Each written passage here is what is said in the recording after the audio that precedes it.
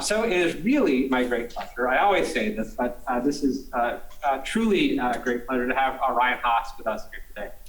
I first met Ryan, I want to say a decade ago, in a Costa coffee shop in the Xinan district of Beijing, when I was assiduously trying to better understand some events that had happened in U.S. diplomacy at the time. Ryan was a Foreign Service officer then, posted in Beijing. He is now a senior fellow in the Michael Armacost Chair in the Foreign Policy Program at Brookings.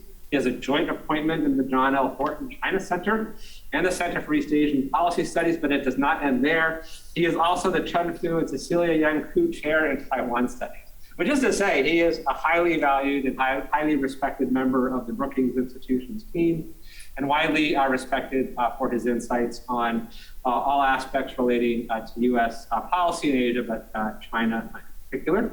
He focuses his research and analysis on the pressing political, economic, and security challenges facing the United States and East Asia. He has not only served in the Foreign Service, but was also a director of the National Security Council for 3 or 4 years in the Obama administration, and the author of Stronger: Adapting America's China Strategy in Age of Competitive Interdependence. So I'm selling the book. Ryan's not selling it, but it's a great book. Also, is not a terribly thick book, which also makes it an easy read, and I would really recommend this to all of you today. He's a graduate of the University of Washington and also attended the Johns Hopkins School of Advanced International Studies before joining the State Department. So Ryan, welcome to MIT, welcome to SSP. It's really a great pleasure to have you here today. The floor is yours. Well, thank you. It's my privilege and pleasure to be with you, to be with both current and future intellectual giants in this field. This is the first time that I've been able to escape the Beltway bubble and the tyranny of Zoom to have a real in-person conversation. And I'm very eager to get to the conversation part of this. So I'm going to try to be efficient with my opening remarks. But I do understand that my price of admission for that discussion is to try to lay out a few opening thoughts to help provoke our discussion. So I'm going to try to spend a couple of minutes trying to situate where I see the U.S.-China relationship and where it may be headed going forward. And in the process, I'll also try to highlight a few of the questions that I think people in the policy community in Washington, D.C. are grappling with, and hopes to help spark your thinking on some of these questions as well. There has been some commentary that the relationship is fundamentally different now than it was before, that the Trump administration set the U.S.-China relationship on an entirely new course, one oriented around the idea of strategic competition. I take a somewhat different view from that. From my vantage, friction has been in the relationship for a long time. And I think if levels of friction were plotted on a graph, the slope of tension in the U.S.-China relationship certainly grew steeper in recent years, but it would be a continuation of a trend and not a clear break from the past. As someone who's had the privilege of sitting in meetings between President Obama and President Xi, I'm familiar with the competitive nature of the relationship. And I think at the most fundamental level, both sides believe that their governance and economic models are best equipped to meet the challenges of the 21st century. Both want to benefit from the pull of power that comes from demonstrated success. Both believe they deserve a prominent leadership role in Asia and in the world. Both see themselves as singular powers in the international system. And both are very determined to find ways to strengthen their ability to outpace and outperform the other. And in a sense, this is sort of the nature of the competition, what it is that we're competing over, I would argue. But I think there are a few additional factors as well that are informing this competition. One is the fact that China really has emerged as a truly near-peer competitor. China has cut into our economic advantages. It wasn't that long ago that our economy was 10 times as large as China's. When Taylor and I were meeting for coffee in Beijing, America's economy was 4 times as large as China's. Now it's 35% larger than China's. China is navigating the edge of the innovation frontier alongside of us in a growing list of fields. It is a truly global actor. It has investments and initiatives on every continent. It has growing weight in international institutions and growing ambitions to bend rules and norms to serve its interests. And it also presents a stiff test for our military, particularly in the Western Pacific. So that's the first additional factor that I think is fueling the sense of tension. The second is that I think that Xi Jinping really has imprinted his personality on China's domestic and foreign policy the past 8 years. As recently as 2012, China was committed to reform and opening, committed to hiding and biding Taiwan Yanhui. And in practical terms, I think this meant that China sought to avoid unnecessary international burdens, it wanted to maintain a benign external environment, and it was focused on spurring its own development foremost. In contrast, today, China is promoting a domestic economic policy of dual circulation, which is intended to reduce dependence on what it terms hostile external forces. President Xi has launched the most ambitious social and economic reform drive in decades. My last count says that there are 14 simultaneous crackdowns underway in China today. That count may be outdated. There may be more that I've missed. But it's clear that the Chinese Communist Party is seeking to reshape how the party exercises control over events inside China. China's previous modesty in its foreign policy posture has been replaced by a proud assertion of China seeking to reclaim its historic position in the international system as a leading power in Asia and a leading power on the world stage. China has stirred the waters, literally, in asserting what it believes are its historical claims to disputed waters along its periphery. It has drawn blood at the Sino-Indian border for the first time in decades. It has absorbed Hong Kong, launched a massive national campaign to tighten control over all aspects of society, none more so vividly than in Xinjiang. It has intensified pressure on Taiwan, including by deliberately crossing the center line with PLA fighter jets for the first time in over 2 decades. With its Belt and Road Initiative, China has launched the most ambitious foreign development project in the world since at least the Marshall Plan. It's adopted a code of never taking a punch without throwing a counterpunch, whether on tariffs, sanctions, or anything else that Beijing deems is challenging its interests. And so quite apart from the question of whether China's overall national ambitions have shifted under Xi, the manner by which China is pursuing those ambitions has become more muscular. And I think it's caused us to reevaluate our understanding of China's tolerance for friction with us and with others in pursuit of its interests. I would argue that we have pretty persistently underestimated Xi Jinping's tolerance for friction. So I think that we're slowly beginning to better understand it, but at least in the Obama years, I think that we had an outdated view of that question. But the third factor that I would put on the table for your reaction is that China's rise has coincided with a period of severe disruption inside the United States. 30 years ago, the top 10 US companies were all manufacturing giants. Today, the top 10 companies do digital things. And this favors people who make money with their minds over those who do it with their hands. There is a very significant demographic transition taking place in the United States. We're moving towards a majority-minority population. As China has brought its labor force into the global market, wage levels in the US have flatlined in recent decades. And let's also acknowledge that we have had a series of global setbacks. Global war on terror has not gone as envisioned. Iraq and Afghanistan were not our best moments. The global financial crisis really put a dent in the luster of the US economic model. The Arab Spring did not go particularly well from our vantage. All of these events together, I think, have intensified social and political tensions in the United States, giving rise to populism and deep partisanship. So there is this near perfect storm of America feeling hobbled at the same time as China is feeling ascendant. And this hasn't sat well with many people in the United States. I think that as we survey the world, we're used to being reminded of our strengths, not our setbacks.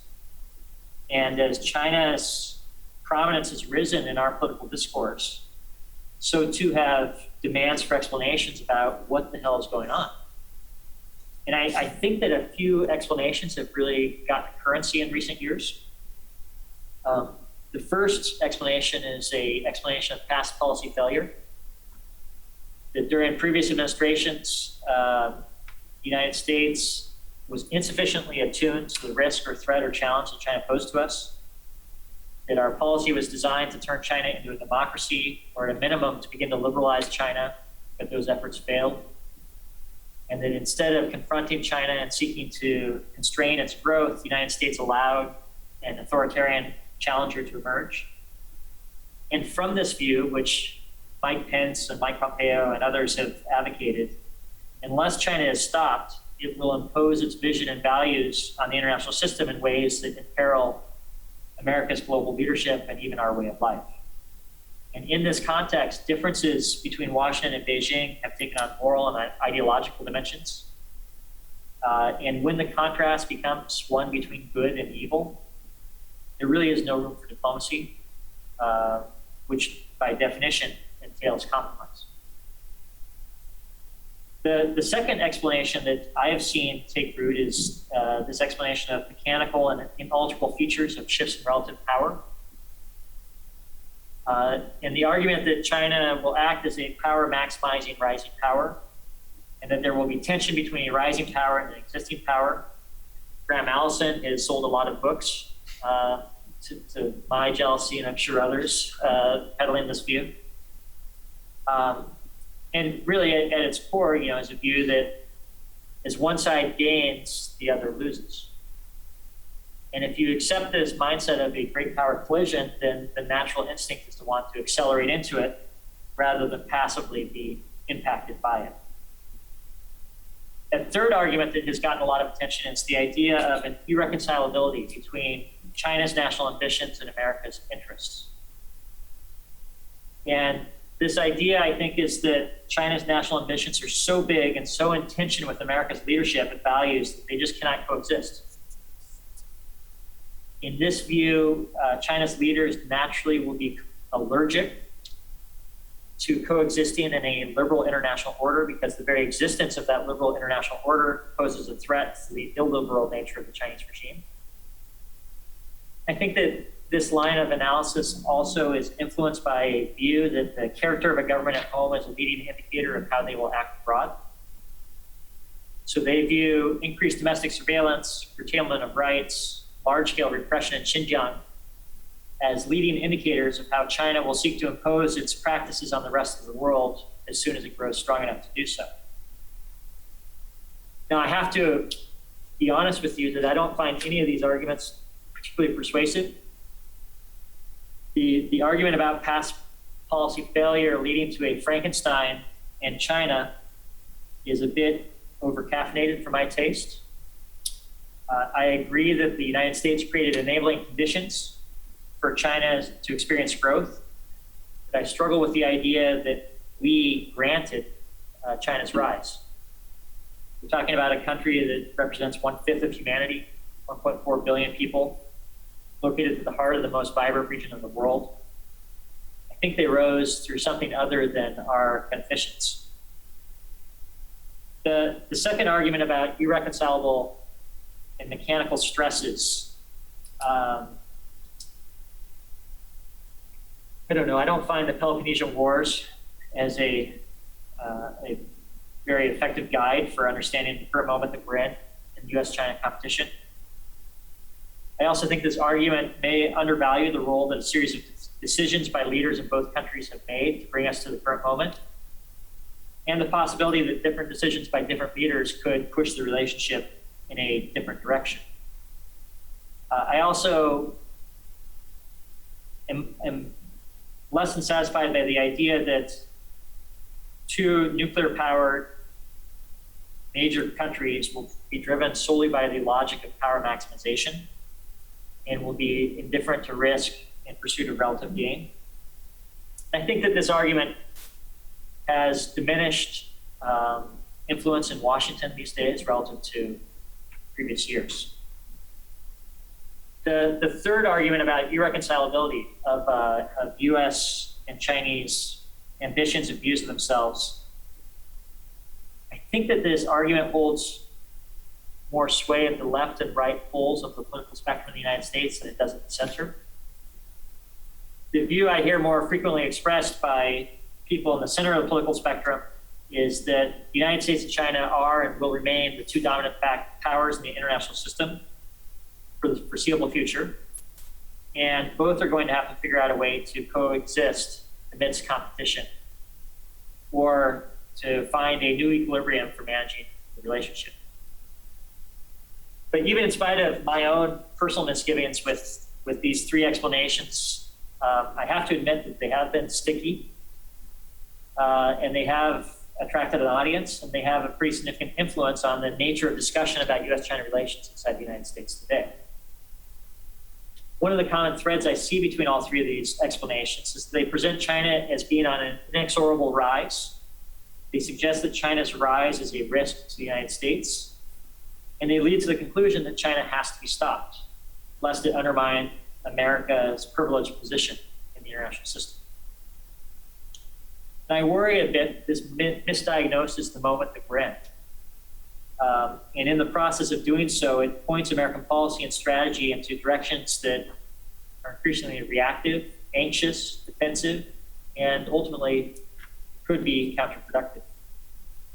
And so this was sort of the kernel of an idea that prompted me to grapple with writing this book that Taylor kindly advertised on my behalf.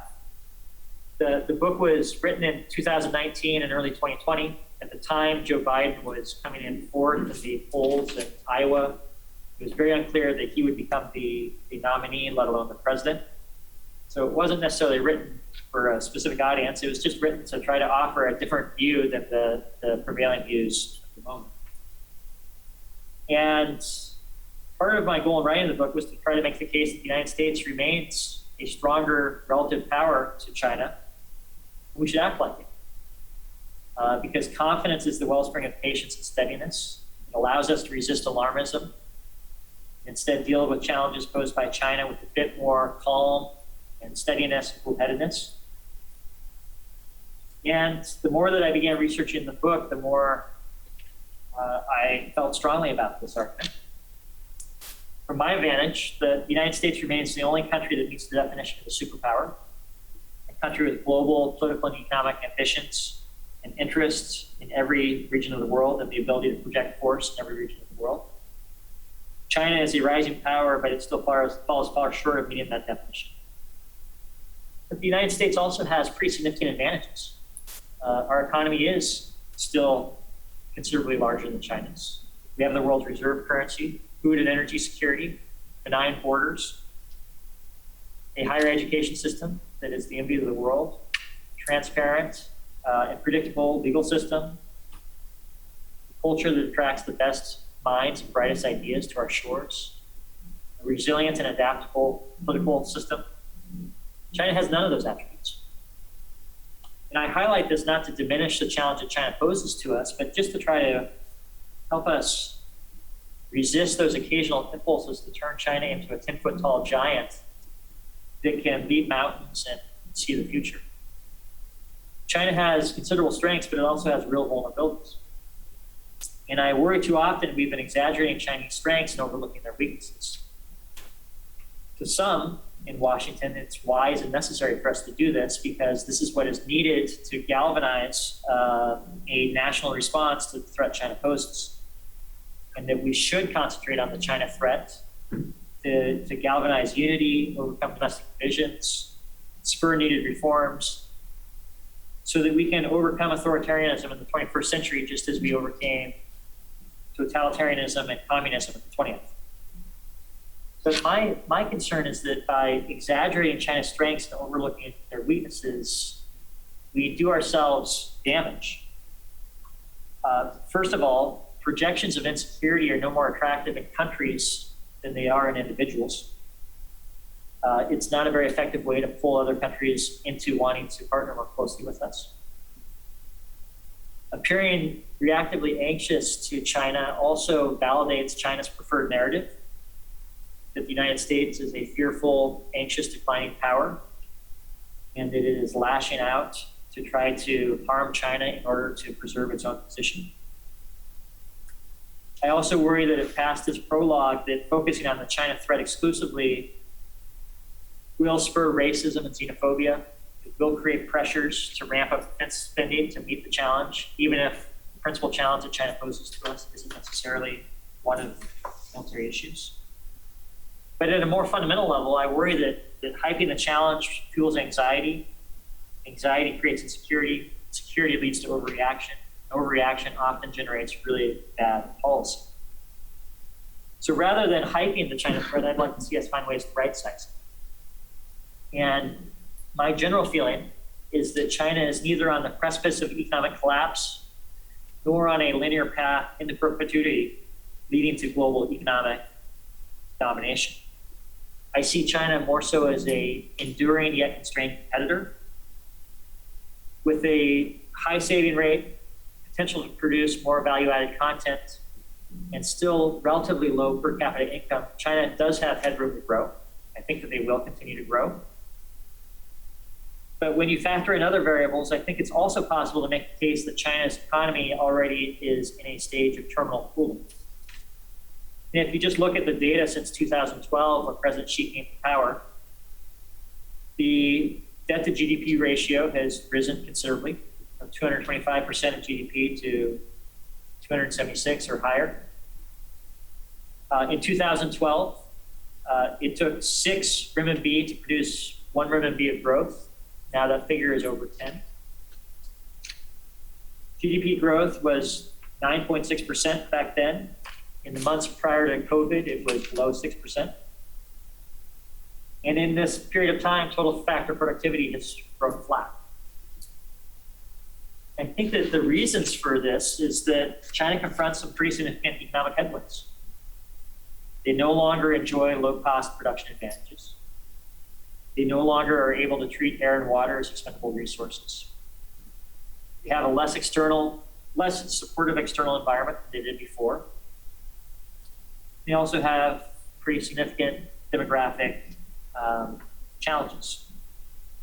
Now, some people like to counter that those challenges can be offset and overcome with productivity gains. It's possible. But to spur productivity, I think China would need to improve its efficiency and allocation of resources, further open markets to foreign competition, strengthen IPR. This would require loosening, which is hard to do. As I look at the last 8 years, I've seen a policy bias in the direction of tightening rather than loosening. And there are exceptions to this, of course, but that's the impulse that seems to be the consistent pattern of Xi Jinping's behavior.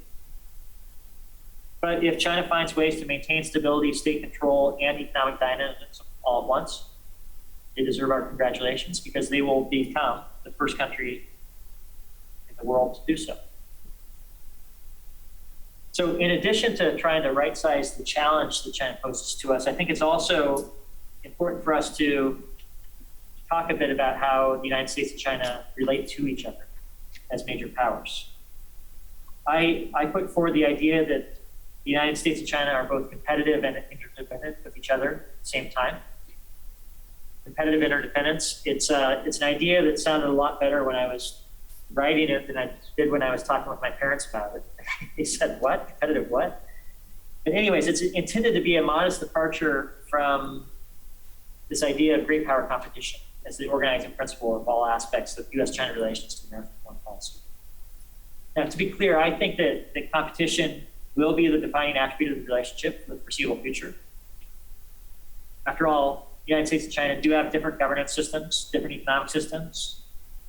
We have tension in our regional and global ambitions.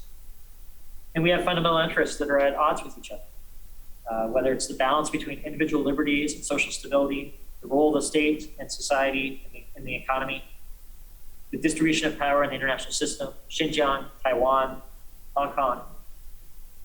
But at the same time, the United States and China are the two most capable countries in the world. We both have major economies, large populations, global interests, and major militaries. We're the only two countries that have all of those attributes. No other country in the world does. And at the same time, there is a dense web of relationships between the United States and China that has built up.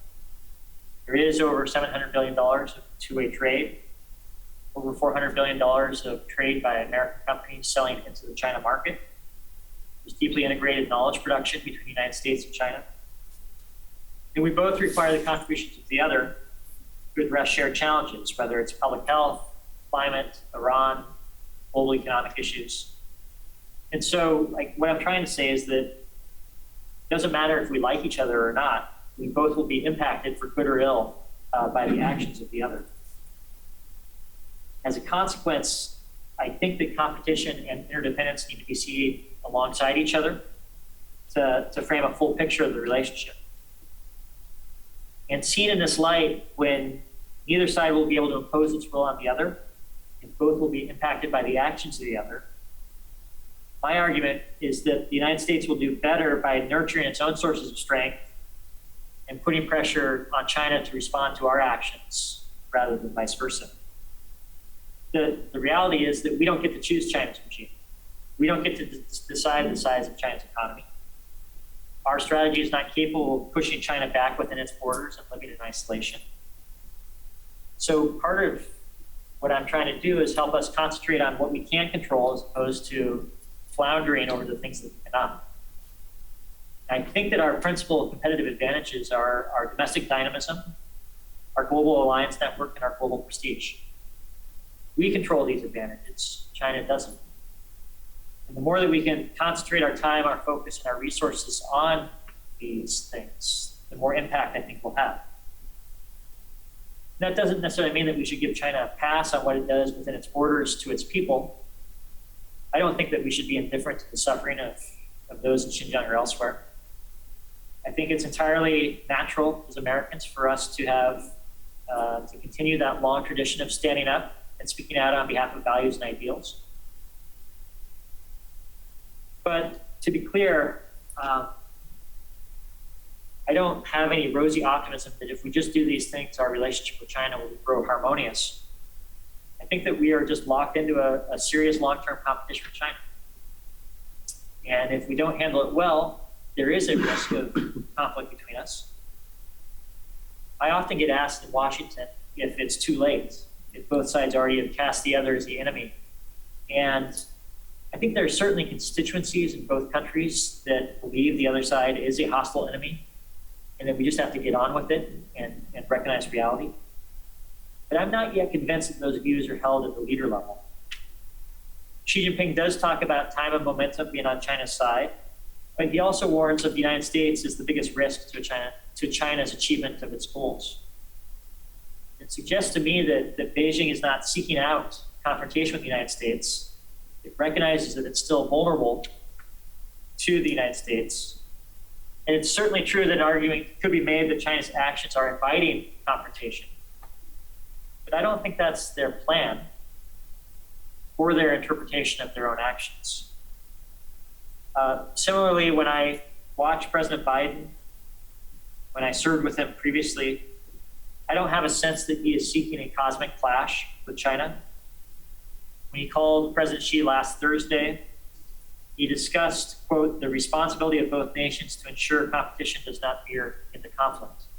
That is the organizing view of his approach to the relationship. So if neither side can escape the relationship,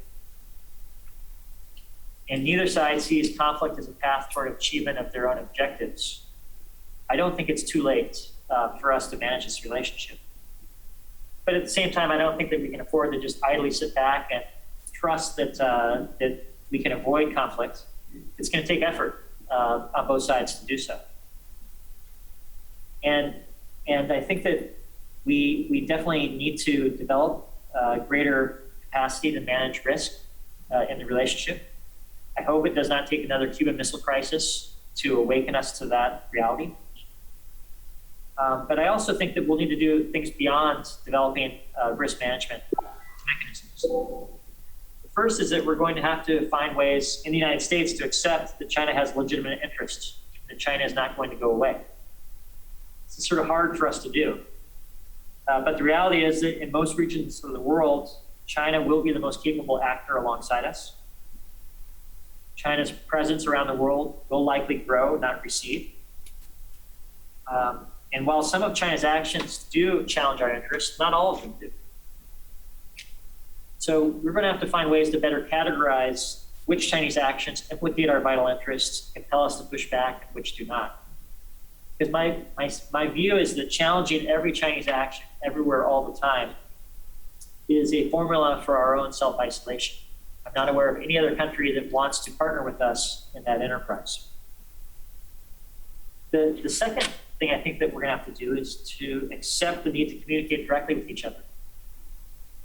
Direct interaction between Washington and Beijing has grown a bit out of favor in recent years. There is a widespread view in Washington that Beijing likes to tie the United States down in dialogues and play for time as it advances its own objectives elsewhere, whether it's building islands in the South China Sea, conducting cyber operations, et cetera. And I do agree that the United States should never enter into dialogue for dialogue's sake, that our interactions with them should be purposeful and interest-driven. But I also am of the view that there really isn't much of a substitute for dealing directly with each other. We don't have to like each other to deal with each other. We just need to recognize that it is in our interest to signal clearly our interests and intentions, to avoid miscalculations, miscommunications. As I look back on the past 40 plus years of the relationship, the one common feature of every issue that has been managed effectively, every problem that has been solved in the relationship, is that it has been done between senior officials in both capitals who know each other, who understand each other, and have a sense of each other's limits and their interests. This is one of the few rules that remain consistent even through the Trump administration. The Trump administration reached one agreement with their Chinese counterparts. It was born out of a relationship that Bob Lighthizer, Steve Mnuchin, and Liu He spent considerable time developing. So I think that Washington is going to need to be able to get beyond treating dialogue as a gift or a favor. And Beijing is going to need to move beyond treating every problem in a relationship as Washington's fault and let go of the arguments that he who tied the knot must untie it first. So it's not going to be easy or natural for either side, but it's going to be necessary, I think. But ultimately, and this is the final thought, because I'm really looking forward to our conversation, the core of the argument that I'm trying to advance is that America can best strengthen its own competitiveness by investing in its own strengths. We don't need to defeat China. We don't need to destroy China to achieve our national ambitions. But we do need to deliver the goods for our people, live up to our values, and lead international efforts to meet global challenges. I'm confident we're still capable of that. And if we do these things, I think we'll be just fine in our ability to defeat China. So thank you for allowing me this chance to speak with you, and I look forward to our discussion. Great, thank you, Ryan. So the floor is now open. Slide back over here. Please raise your hands as high as you can raise them and keep them up until I point at you. And Nick Acker, you can have the first question. Thanks, Taylor. Hi, Ryan. It's really nice to meet you. I'm Nick, and I'm a third year in the Security Studies program. I study China and Southeast Asia. And basically everything you said really resonated with me. And hopefully, without doing violence to your argument, one way you could summarize it is to say that both the United States and the PRC are fundamentally security-seeking actors. And ironically, the one thing that causes the dilemma also makes it solvable because nobody wants to escalate and everybody wants nukes.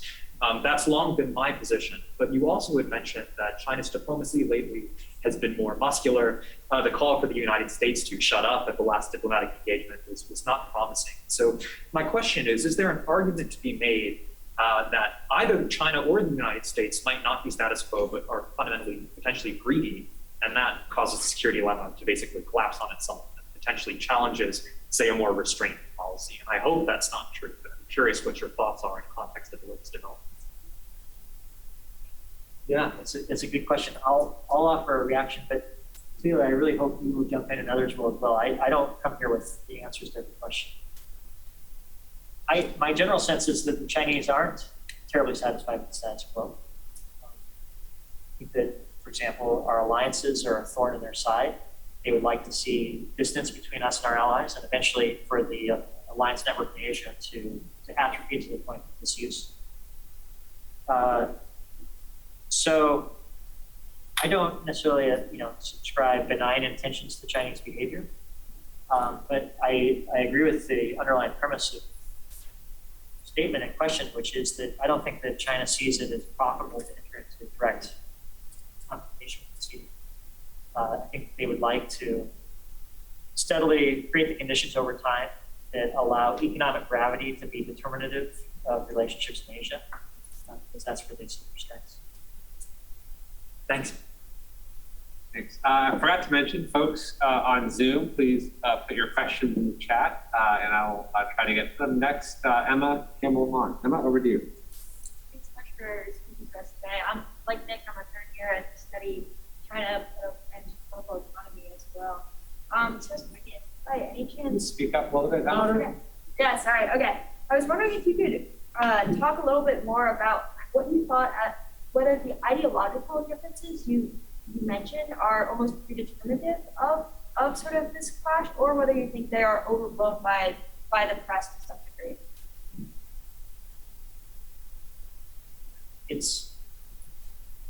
I'm still wrestling with this question myself. So I'd love to hear your thoughts, Emma, but it's obvious that we have ideological differences with China, right? That's taken as a given. I think that Xi Jinping deeply, I've been at 10 or 15 meetings with him. I think he deeply believes that China's system is superior and that he wants to show it. I think that he wants to create differentiation between China's, whatever you want to call it, ideological model, its social economic model, and ours. I think we're seeing some of that playing out in real time right now as we watch what's happening inside China. I'm less confident making a case that China wants to enter into some universalistic ideological struggle with us to establish China's system of governance as the best system in the world. I think that they want their system to be so self-evidently superior that other countries naturally will want to emulate aspects of it themselves in ways that will normalize China's governance practices. So if 100 countries around the world adopt the same domestic surveillance procedures that they do, then China's no longer an outlier, they're a trendsetter. And I think that's sort of where they want to be. So I see it more as them wanting to use the strength of their system to make it seem normal, use that as a buffer against ideological attack, and sort of an offensive efforts to undermine democracy and supplant it with sort of a wholesale package. But I welcome, if anyone has different views, I'd welcome. It's not a different view, but I've thought recently that we need a typology of ideological competition. Yeah. Grad students, because it gets thrown around, right, as this thing that we all think we know what it means, but there, you could be competing over the legitimacy of different systems, but you could be competing over the spread of different systems. I think my view is probably more closely aligned with yours. I think China seems to be competing for the legitimacy and acceptance of its system, which it felt was never accepted, certainly by the West. It's not clear to me they are competing to transform as many states as possible into China mini-me's. And I think that would be very hard given the Leninist structure of the Chinese state. And there may be other dimensions to ideological competition, but it strikes me as a term that we need to unpack and sort of flesh out to really kind of highlight some of these. You want to get on the queue? Is that Sam? Yeah. All right, great. Is that a one finger? Also, I'm so out of practice hosting in-person meetings. If you have a two-finger intervention, you want to get in on this point. Again, just raise your hand high so I can see you with 2 fingers. Otherwise, I'll treat that, Sam, as a 1 finger just to get on the list. Yes. Okay, great. Next up, Barry Posen. So I very much enjoyed the talk, and I find myself sort of agreeing with almost every part of it.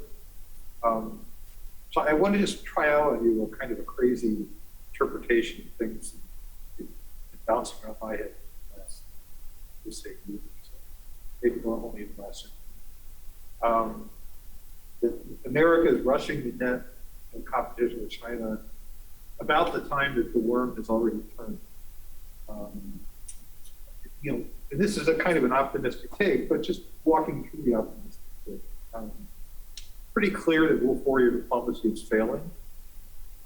It's causing coalitions against them. All the Chinese IR scholars that have been trained somehow don't understand what happened to Wilhelmine in Germany.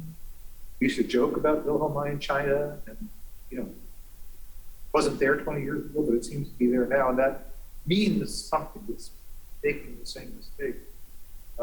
They're suffering from their debilities, which is, we're a great power, they're a great power. The difference is that we're far and they're near. They're scarier than we are. People in the area, want to balance against them. They overplay their hand in terms of intervening in other people's internal politics. They did it too soon. So they basically already have turned a lot of countries against them just because of the way they play the game. Xi is so afraid of economic concentration in this country, we started to kill the gooses that they're laying both names. It's clear that they messed up COVID. It doesn't, you can pick your own conspiracy theory, but it looks like Chernobyl, and it reveals the debilities of their system, its inability to learn, its fear of conveying facts of the leader.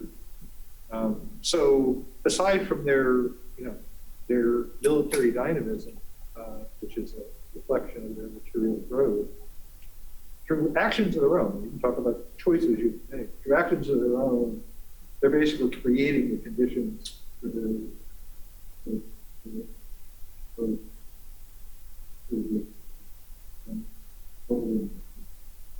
real task for America is to not screw it up, right?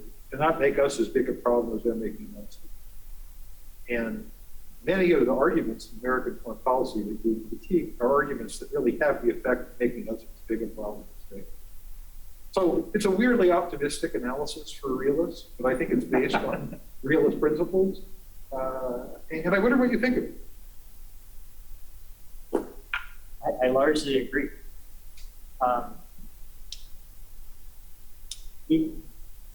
The one thing I can't explain or understand is why the Chinese are doing this. Yes. I just don't have a good, and part of it is, we're all unable to travel there. So I think that our sort of that tactile, textured feeling is missing right now.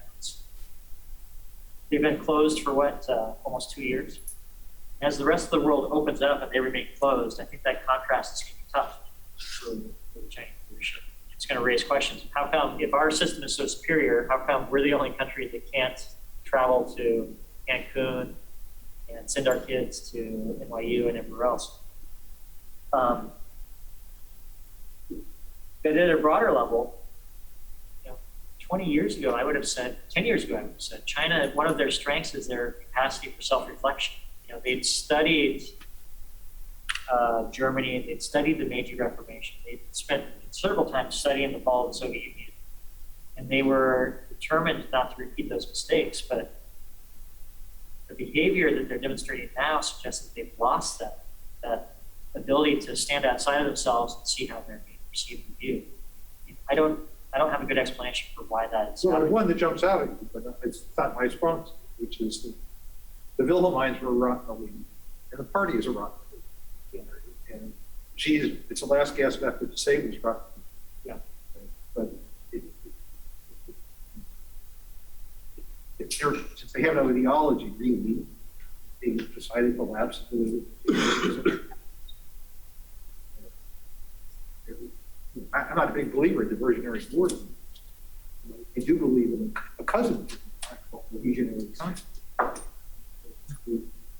think that's what's going on here. But that's just me. I'm not a China expert. It's a half-baked kind of idea. Well, half-baked frozen is a pretty full meal. That's going on the cold wall. Well, I was very, very expressing optimism about it. But we can mix our cooking metaphors. What you can always do with a half-baked meal is shove it in the microwave.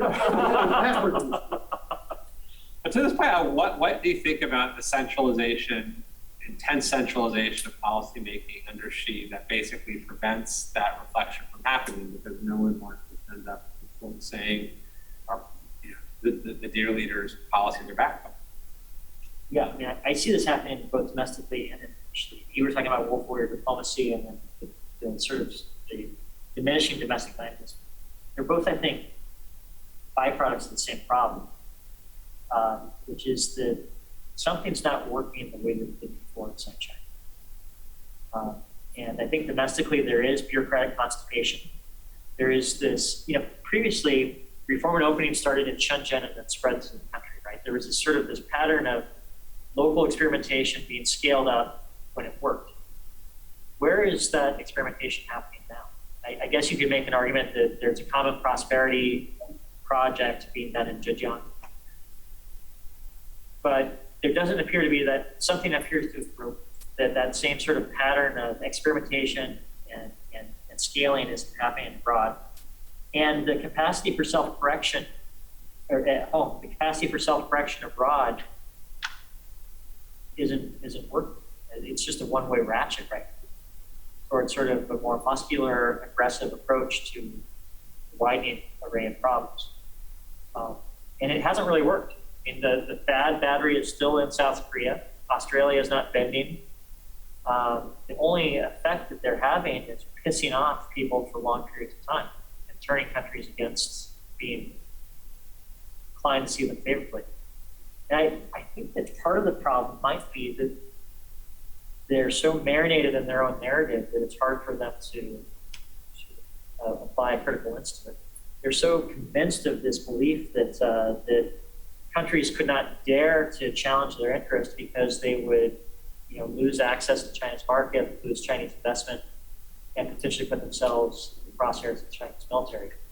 But if that argument were in fact true, I don't think Taiwan would act the way it does. I don't think that North Korea would be so defiant of China. I don't think that Vietnam would treat China the way it does. So they're convinced of an argument that I'm not sure is facts. Next, Suzanne Freeman, and just a quick point of information for everyone in the room. When you do ask your question, please speak more loudly than you are comfortable speaking because we have microphones hidden in the ceiling. Picking everything up, we want to just make sure you're heard. Feel free to stand, perhaps, that might help project. So Suzanne, over to you. Okay, hi, I'm Suzanne Freeman. I'm a third year in the PhD program. I do this for Russia and signal things. My question is sort of about the news yesterday that we saw about, reportedly based on Bob Woodward's book, that General Milley called General Lee in China to assure him that the U.S. wasn't going to surprise attack him, to assure him after January 6th. And I'm curious, in light of your discussions about having better communication and crisis response, do you think that this is good crisis management? Do you think it's a violation of civilian control? If it's a violation of civilian control of the military, is it worth it to avert a crisis? What are your thoughts? It's pretty defect. Answer at your own peril. I read the article yesterday. I was stunned by it. I mean, just absolutely amazed. Having served in government in the past, it boggles my mind to envision a scenario in which that was necessary. I'm not entirely comfortable with the precedent of the chairman of the Joint Chiefs deciding on his or her own that they determine America's foreign policy. I think that Milley's actions, if they are in fact accurately reported, probably were done with good intent, not wanting to find ourselves in a conflict with China. But the part that doesn't make sense to me is, why did he feel it necessary? What was going on January 5th, 6th, and 7th that could have created a perception in Beijing that we were on the cusp of launching a strike against them? I don't remember anything during that period that made me stay up at night. I mean, obviously there was the insurrection at the Capitol and everything that was going on domestically, but there weren't any major military exercises that I'm aware of around China. There wasn't any heightened tension beyond sort of baseline levels around Taiwan or the South China Sea. Taylor, I'm sure, got the same questions that I did. I did receive a number of questions around that time from Chinese friends asking if we were going to do something extraordinary towards China So it could have just been sort of a circular loop that the Chinese were listening to and responding to. But that's the part of the story that just doesn't compute for me. But to answer your question as correctly as I can, I'm not comfortable with that precedent, and I hope that we never find ourselves in a situation where it needs to be repeated. Right, is that a 1 or 2 finger? Eric Higginbotham. Thanks, Ryan. It's great to meet you in the person finally, and I really enjoyed your talk. I wanted to continue with Suzanne's general train and ask you a bit more about policymaking in Washington, since you've been involved in that, and specifically the Congress's role in U.S.-China relations, and especially in the Taiwan issue. Safe to say that Congress has been more assertive in recent years, the unanimous passage of the Taiwan Travel Act, and now consideration of the Taiwan Reinforcement Act. To what extent does that, constrain room to maneuver on part of the executive? To some extent, they can ignore many of those sort of urgings of Congress. But what is the dynamic there? What role does Congress play? How much of a problem is it from the administration's perspective? Yeah, it's a great question. It's really nice to see you in person.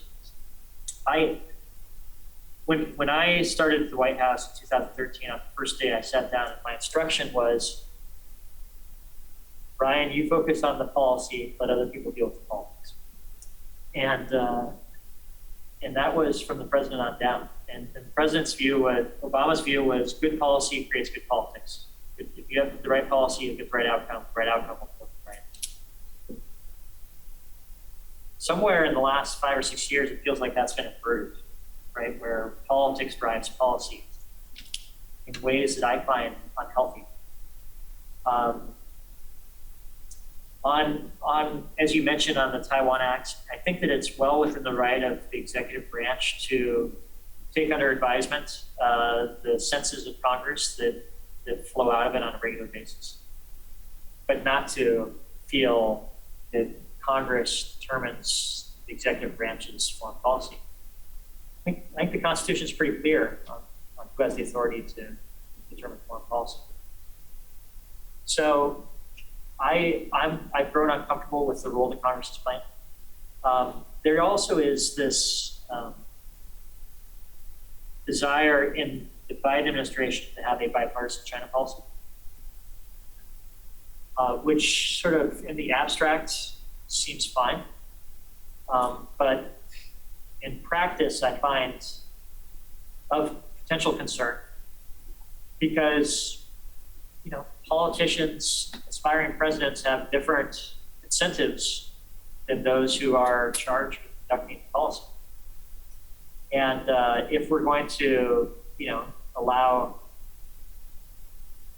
whoever you want, Marco Rubio or Josh Hawley or Tom Cotton, to determine the sort of the Overton window of policymaking, then I don't know if that puts us in a great spot. So I'd like us to find ways to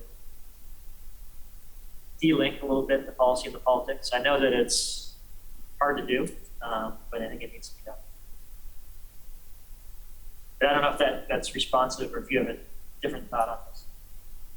Thanks. No, I have basically exactly the same sense, but it's stunning to me that you get unanimous approval on anything. That may be part of the reason why Congress is being so assertive on China and Taiwan policy. It's the only issue you can agree on, but nevertheless, it does seem like a serious concern at this point.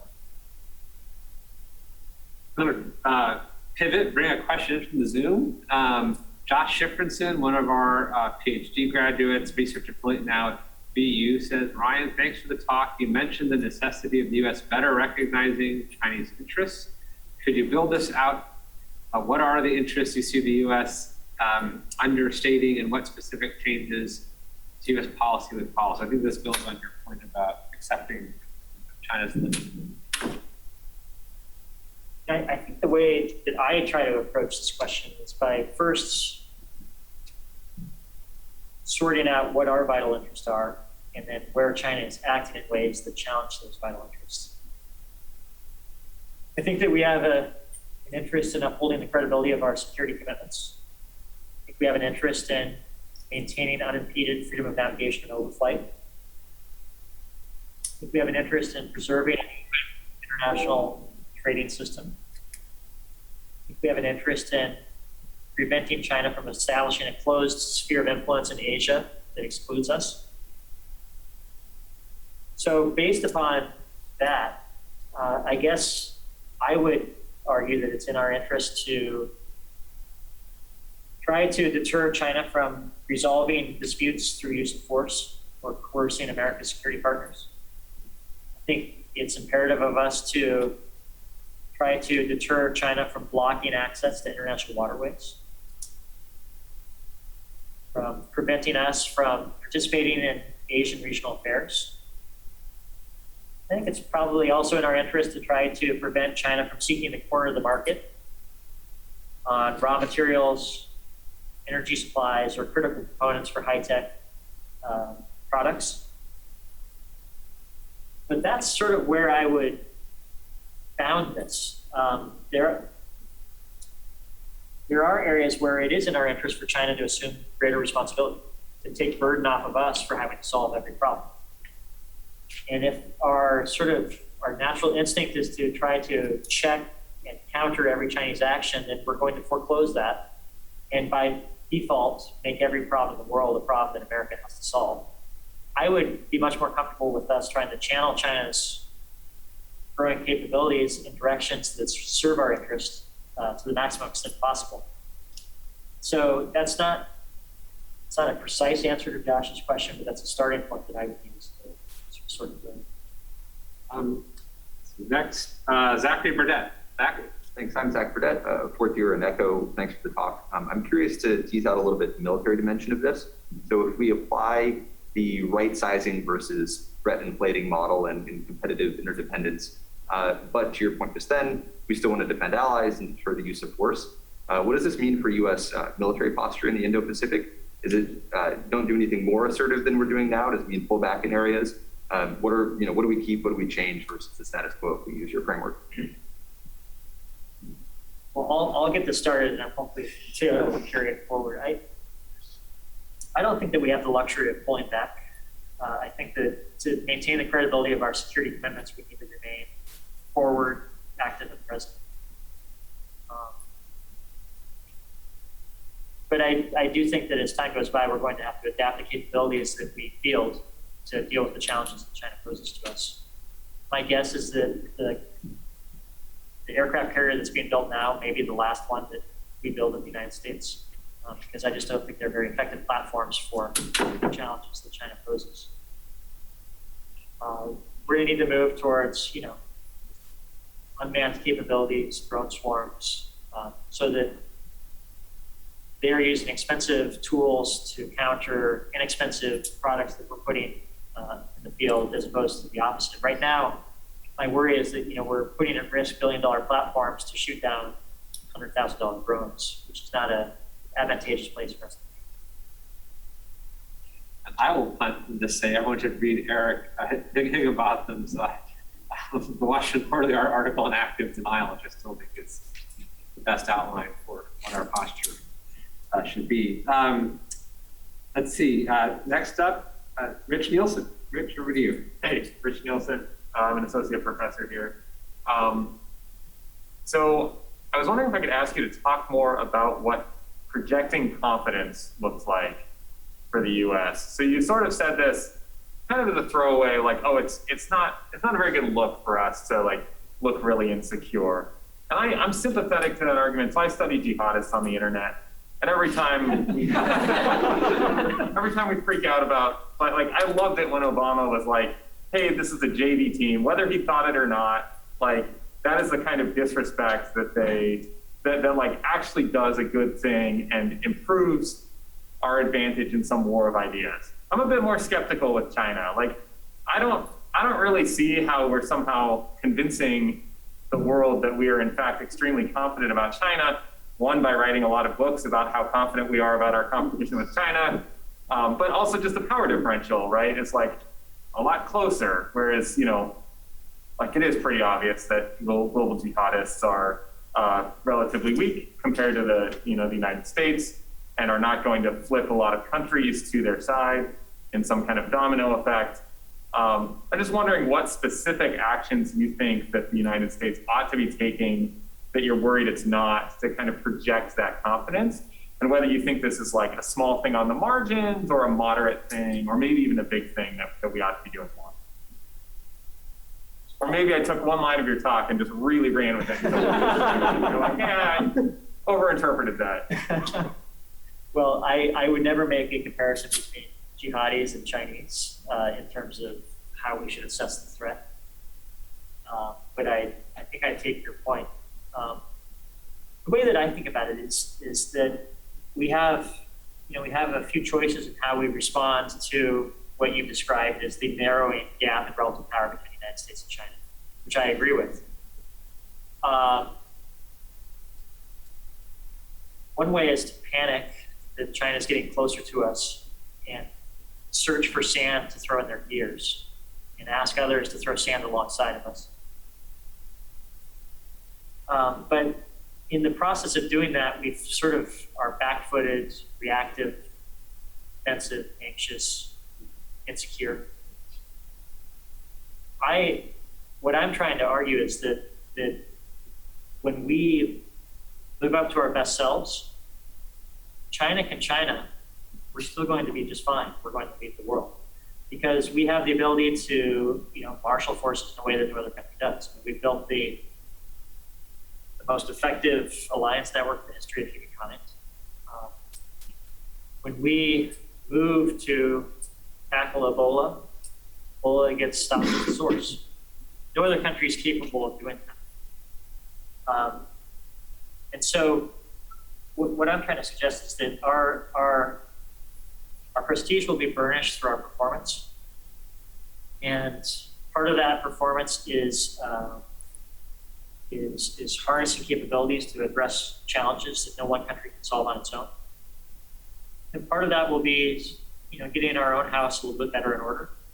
I think that the demonstration of our success and living closer to our values is the most impactful thing that we can do to put pressure on China. And if we're doing those things, then China's responding to us rather than us chasing them. So that's sort of the direction that I'm trying to push a little bit of the discussion, but I'd welcome your thoughts if you come out. Thanks. That was interesting. There's kind of a related question in the Zoom chat from Robert. Basically asked, are there political incentives on either side of the aisle to downplay the China threat? So you're sort of acknowledging all the factors you see sort of contributing to threat inflation, and then asking you, like, you see sort of a political space for deflation. Well, I think that there's a political incentive in both capitals to allow tensions to remain at elevated levels for the foreseeable future. And I'll try to get closer to this question, but for Joe Biden, it's not a mystery that he has used China as a rationale for why we need to invest in infrastructure, rebuild our semiconductor industry, improve our child care, tackle climate change. I mean, pretty much every issue is used to meet the challenge posed by China. Xi Jinping is doing something somewhat similar in reverse in trying to argue for advancing his own domestic agenda. So I think that both leaders believe that keeping tensions at elevated but manageable levels serves their domestic purposes, which is going to make it hard for us to, reduce the tensions in the near term in the relationship. But in a domestic American context, I don't think that either Democrats or Republicans see incentive as being the party that seeks to downplay the challenge or threat that China poses to us. So that's a bit of the challenge of what it is that I'm trying to encourage. But I would just offer that take this notion of a hard consensus on China with a bit of a grain of salt. I think that there's a much stronger rhetorical consensus than there is an actual consensus on actions or outcomes related to China. There is division on what our goal is with China. There's division on whether or not our goal is to topple China, to inoculate against negative externalities from China, to change China, to coexist with China. Tell me where the consensus is on that. I'd love to hear it. There's also a business community that remains deeply invested in China. Capital is flowing into China still. And most Americans, they do hold a negative view of events inside China, but there's not a deep ingrained hostility in China, at least not in the polling I've seen. And when I look at polling on what the top issues that animate voters are, China's not near the top. So I don't think in the snapshot of today, there is going to be either party seeing incentive to downplaying the risk posed by China. But I also would be reluctant to suggest that this current moment is going to extend. Within rank, two finger? Sort of. I mean, I appreciate that, Ryan. I think it's Sort of. Cheater. it's a 1.5 finger. Not only, I take your, and I agree, the lack of consensus even within our own domestic constituency isn't something we should take for granted. But, we've developed this partnership sort of network in the Indo-Pacific, where the partners' view of China is very unstable, right? I trade a little bit on India. So India is in a moment now because of the LAC where it's, they're about as, anti-China as India has been historically. I'm not confident it will persist. I mean, last year, India-China trade was the highest in its history at the very time that the Indian government was trying to sort of cut Chinese cheap TVs. But I know Indians love cheap TVs and cheap phones. And so, you're not really going to wean them off of that. And they made a big deal of TikTok and stuff, but Indian software engineers figure out VPNs real quick. And I'm not confident in this moment in India less. Australia today, right, with the trilat. It's great that Morrison is finally willing to break the shackles of, the sort of hedging and wishy-washiness Australia has long. I mean, Australia, as you know better than anyone, slowed down the Quad initiative more than any of the four partners. And India was happy to sort of hide behind it. But Australia, has this moment now. How long will it last? South Korea hates Japan more than it hates China. So how does our partnership network sustain itself, given that there isn't really a consensus in our key partners in sort of this Indo-Pacific strategy? And, maybe that's overly pessimistic. Maybe you're more confident about the stability of sort of the view of the China threat in those partner nations. But if you could say something about that, how much can we do this alone and how much do we need the partners, right? So if we can sustain it, but they can't, does our Indo-Pacific strategy? Yeah, I would even pile onto your list and add Germany. I think the high degree of uncertainty of the direction Germany's going to go in, and it's from Germany out to the EU. This is sort of a tension that hasn't been resolved yet. I think that folks in the Biden administration, they really believe in this sort of rim strategy of, pulling together all of the countries along the rim of China to work with us in countering and challenging China. And that's part of the impetus for sort of dialing up the threat perception from China. But they also talk a lot about the need for alliance unity. And there's a tension there, right? Because if we care about alliance unity, the allies eventually are going to sort of pull us back. They're going to yank our leash a little bit. And so something's going to have to give. And I don't know which side of that equation will give. And to just echo something that I said a moment ago, I don't have a sense that President Biden, at least the President Biden that I knew when I worked around him, is a deeply ideological figure who has sort of ingrained hostility towards the idea of China's rise. So I view him more so as a pragmatic figure who wants to get things done, recognizes he has a window of time to do things, and he wants to make as much progress as possible. If my understanding of him is correct, then I think at some point maybe after our midterms, we'll begin to see a bit of an evolution in the way that we think about and talk about China. And a lot of elite consensus on China is driven by people in positions of power talking about China. And so as that narrative begins to shift a little bit, it'll be interesting to see how it trickles down to the rest of society. Two fingers now. Okay. Quickly, Barry, and then Nick, and then you can respond. Well, picking up on Vipin's observation, I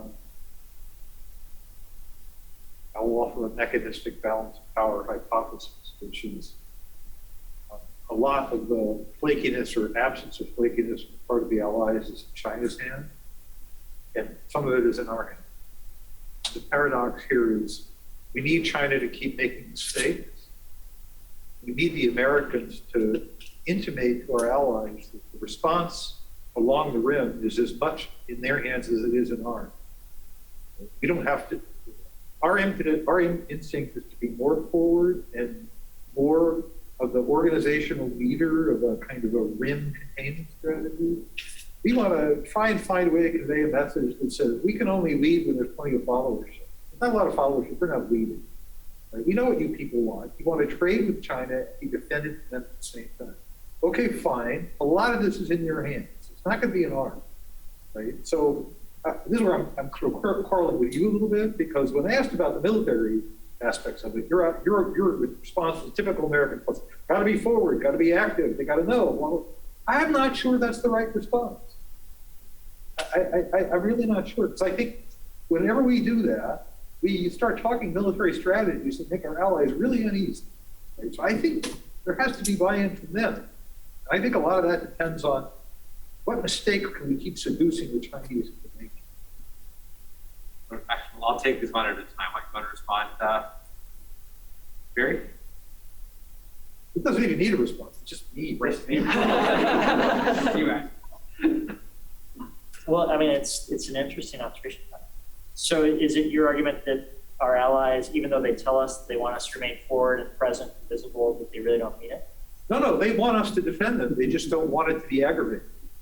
I don't either. Yeah, and my view is I agree with that as well, right? But I think to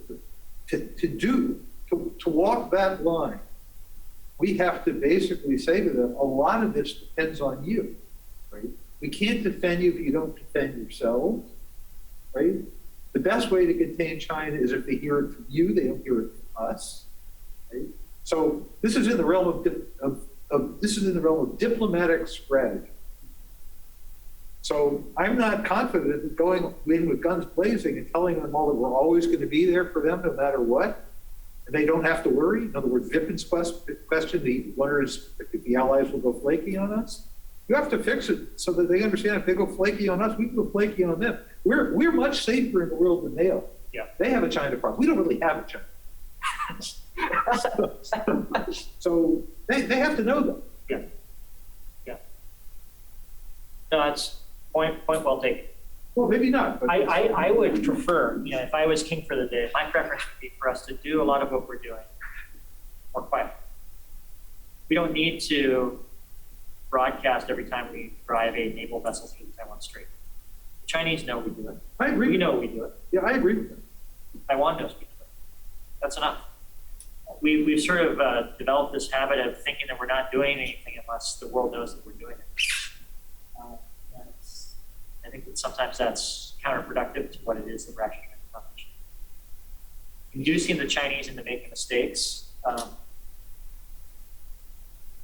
think that having just sort of a steady persistence to our efforts and our actions and our posture, it leads us to the destination that you're describing. When we're very episodic or when we're doing things very visibly, I don't think that necessarily serves our interest.